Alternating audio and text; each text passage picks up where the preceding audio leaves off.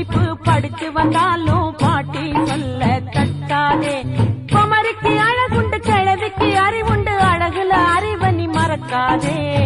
தில்லிக்கு ராஜா நாளும் பாட்டி சொல்ல தட்டாதே. பட்ட படிப்பு படிச்சு வந்தாலும்